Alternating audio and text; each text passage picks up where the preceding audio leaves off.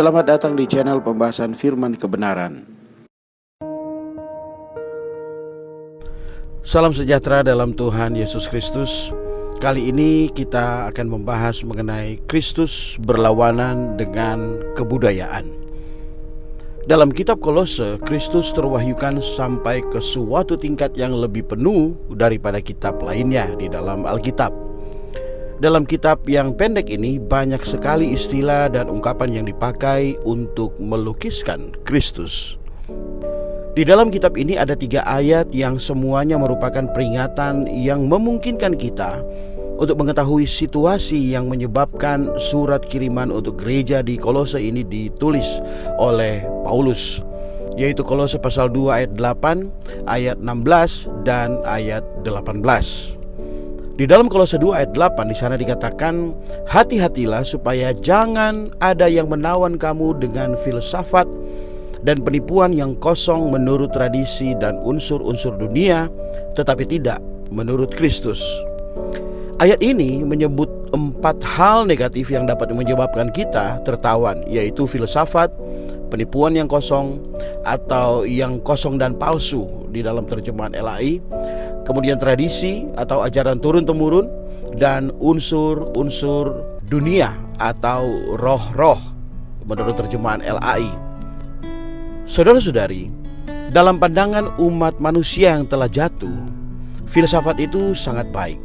Sebab filsafat merupakan hasil perkembangan kebudayaan yang paling tinggi, di mana kita melihat unsur-unsur dunia atau asas-asas dasar dari ajaran-ajaran tertentu mungkin juga dianggap tinggi oleh masyarakat.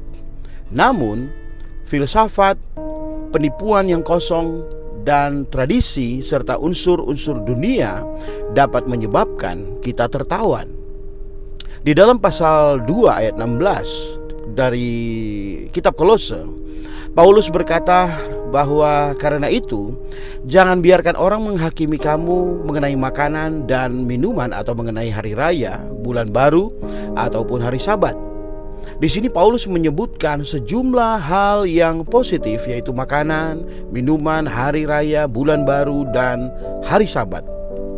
Dia memperingatkan orang-orang Kolose agar jangan membiarkan siapapun menghukum mereka mengenai hal-hal ini.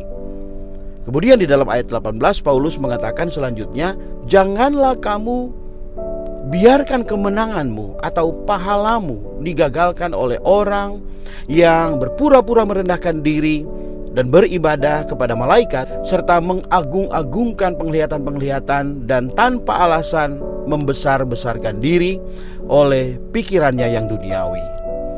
Pahala yang dikatakan di sini adalah Kristus sebagai kenikmatan kita. Memang mungkin pahala ini digagalkan oleh suatu budi pekerti manusia yang positif, yaitu kerendahan hati atau pura-pura merendahkan diri. Nah, alasan Paulus memberikan peringatan-peringatan ini ialah karena gereja di Kolose telah diresapi dengan ajaran pertapaan. Ajaran pertapaan ini berkaitan dengan legalitas peraturan-peraturan yang disebutkan di pasal 2 ayat 20 sampai 21 dan tata cara agama Yahudi yang terdapat di dalam pasal 2 ayat 16. Selain itu, ajaran mistik atau kebatinan telah menyerbu gereja di Kolose. Ajaran mistik ini berkaitan dengan ajaran gnostik yang tersusun dari filsafat-filsafat orang Mesir, Babylon, Yahudi dan Yunani, dan pemujaan ibadah terhadap malaikat-malaikat. Nah, butir utama tentang latar belakang kitab Kolose ini ialah telah dimasukkannya kebudayaan ke dalam hidup gereja. Orang-orang Kolose merupakan campuran dari orang-orang kafir dan orang Yahudi.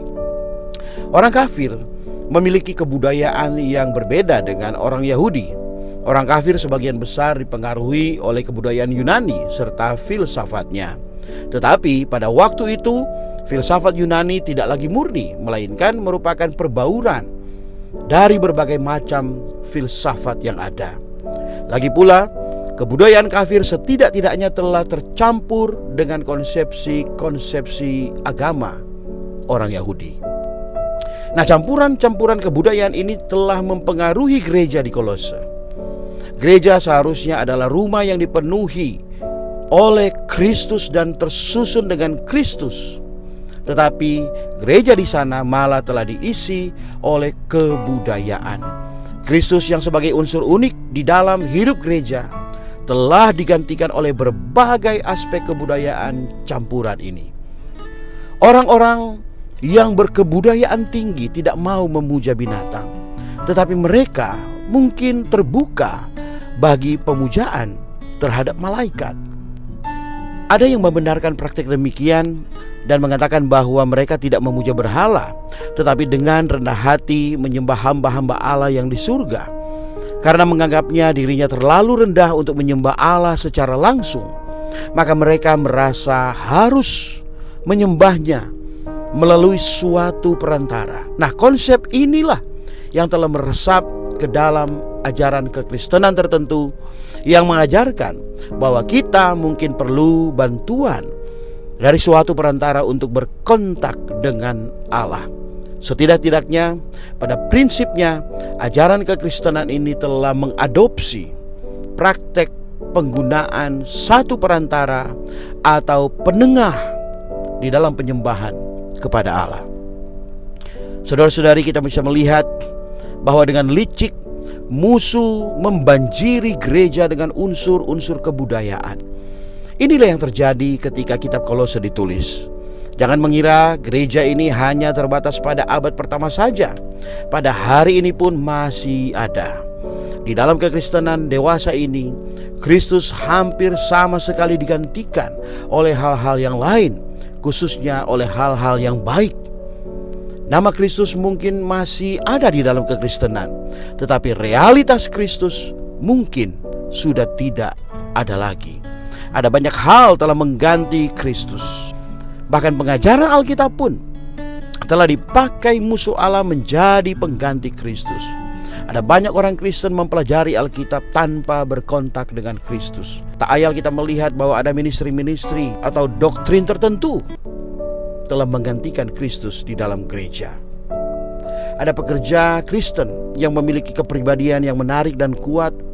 Mereka memakai kepribadian mereka untuk menarik orang kepada diri mereka sendiri, tidak kepada Kristus. Itulah sebabnya banyak orang Kristen mengagumi, bahkan memuji kepribadian pendeta-pendeta tertentu. Mereka yang tidak memiliki kepribadian sekuat itu mungkin menarik orang dengan kebaikan atau kerendahan hati mereka. Kita yang berada di dalam pemulihan Tuhan mungkin telah menggantikan Kristus dengan aspek-aspek yang baik dari karakter atau kelakuan kita. Maka karakter kita yang baik mungkin dan sangat mungkin akan menjadi suatu pengganti Kristus tanpa kita sadari.